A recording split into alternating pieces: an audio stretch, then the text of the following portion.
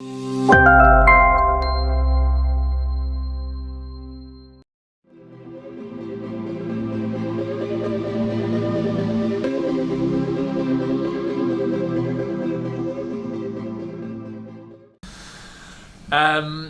everyone, I've just had a hair transplant with Dr. Erkam at Hair Upload in Istanbul, Turkey. The process very smooth and well organised from the communications before travelling to Istanbul.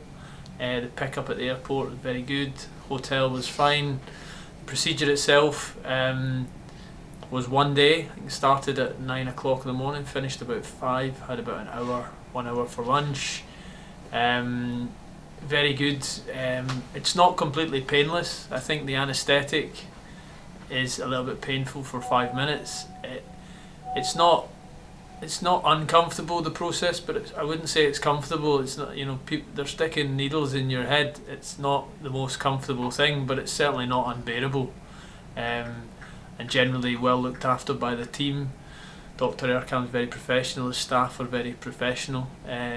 So all in all, hoping for good results, but all in all it was a very satisfactory experience. So we'll just see what happens over the next few months, and fingers crossed everything goes okay. Thank you.